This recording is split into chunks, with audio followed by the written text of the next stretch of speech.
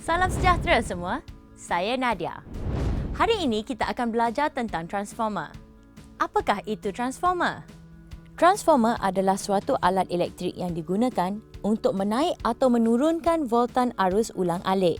Sebuah transformer terdiri daripada teras besi lembut yang mempunyai dua bahagian gegelung. Gegelung primer disambung kepada bekalan voltan arus ulang-alik. Manakala gegelung sekunder pula disambungkan dengan beban seperti mentol atau voltmeter. Litar di bahagian primer ini dikenali sebagai litar input dan litar output pula terletak di bahagian gegelung sekunder.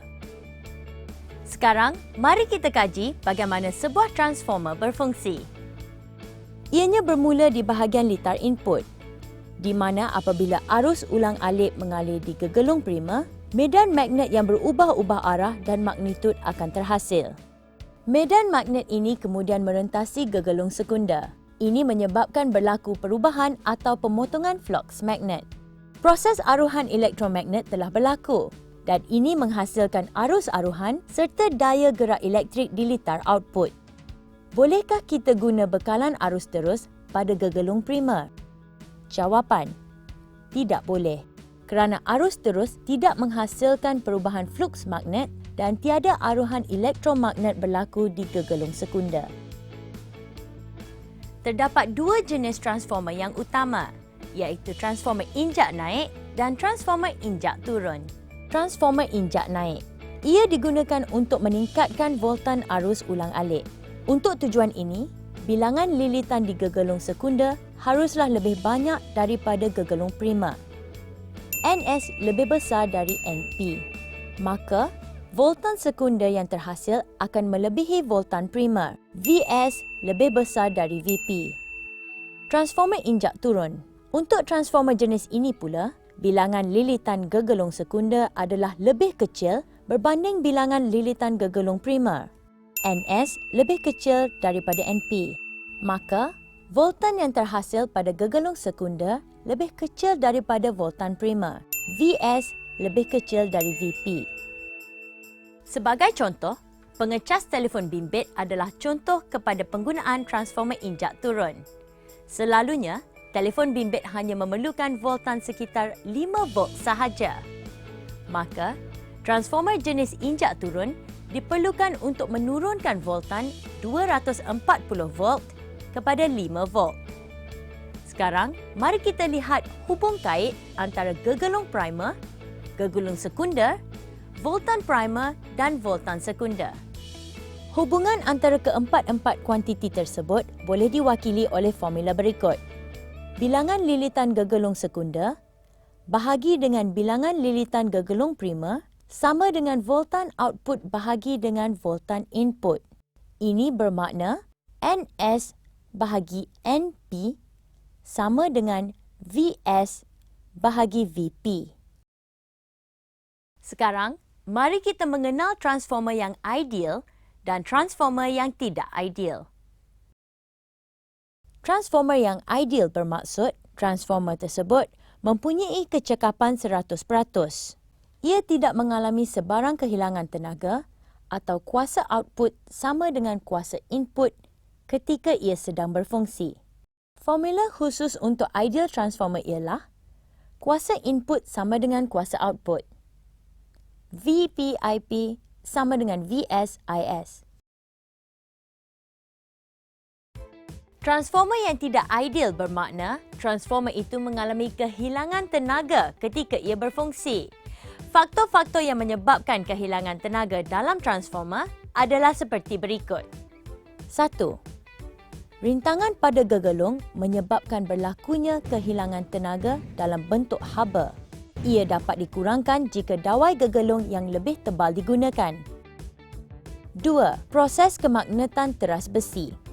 Setiap kali arus ulang-alik mengalir di gegelung primer, tenaga digunakan untuk memagnetkan dan menyahmagnetkan teras besi setiap kali arus ulang-alik bertukar arah.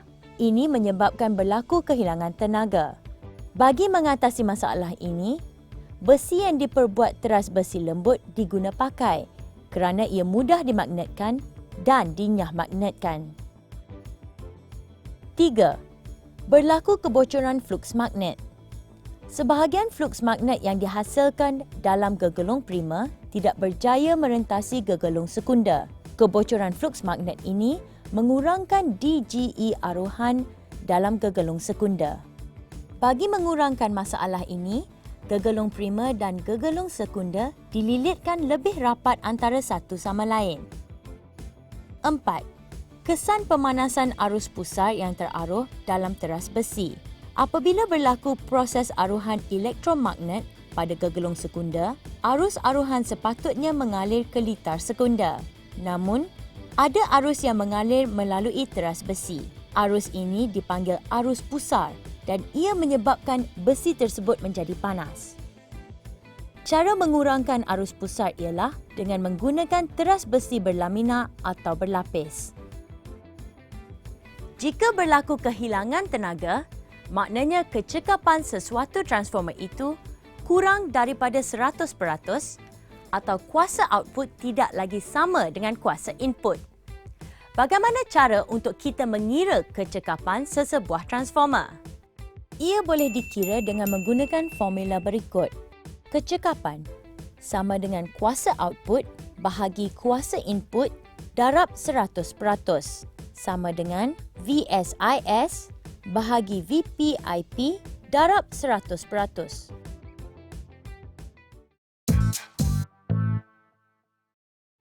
Soalan 1.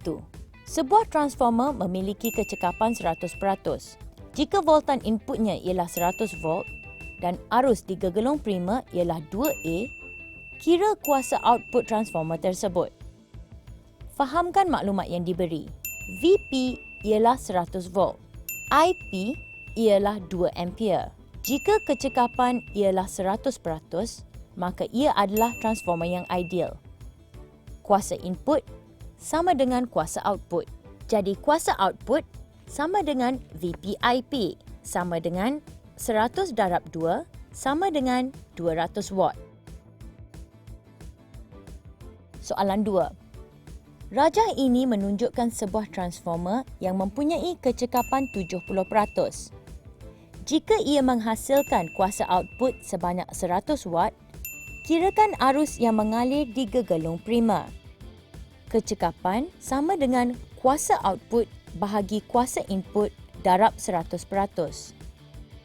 VSIS bahagi VPIP darab 100%. Kuasa input sama dengan VPIP. Maka 70 sama dengan 100 bahagi 20 darab IP darab 100.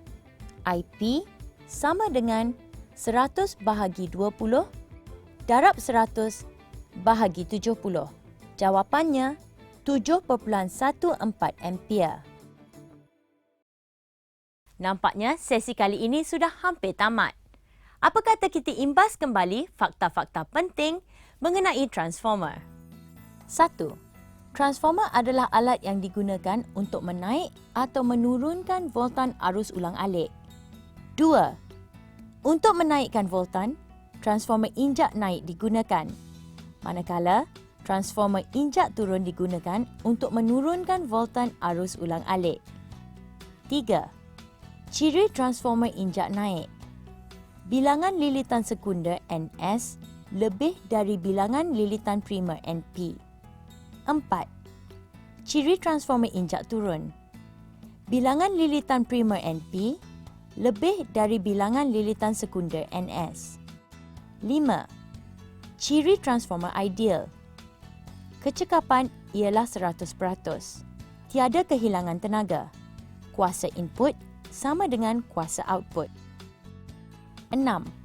Faktor-faktor yang menyebabkan kehilangan tenaga dalam transformer. 1. Kesan rintangan dalam gegelung. 2. Kehadiran arus pusar dalam teras besi. 3. Proses kemagnetan teras besi. 4. Kebocoran fluks magnet. Sekian sahaja dari saya, Nadia. Jumpa lagi dalam sesi yang lain.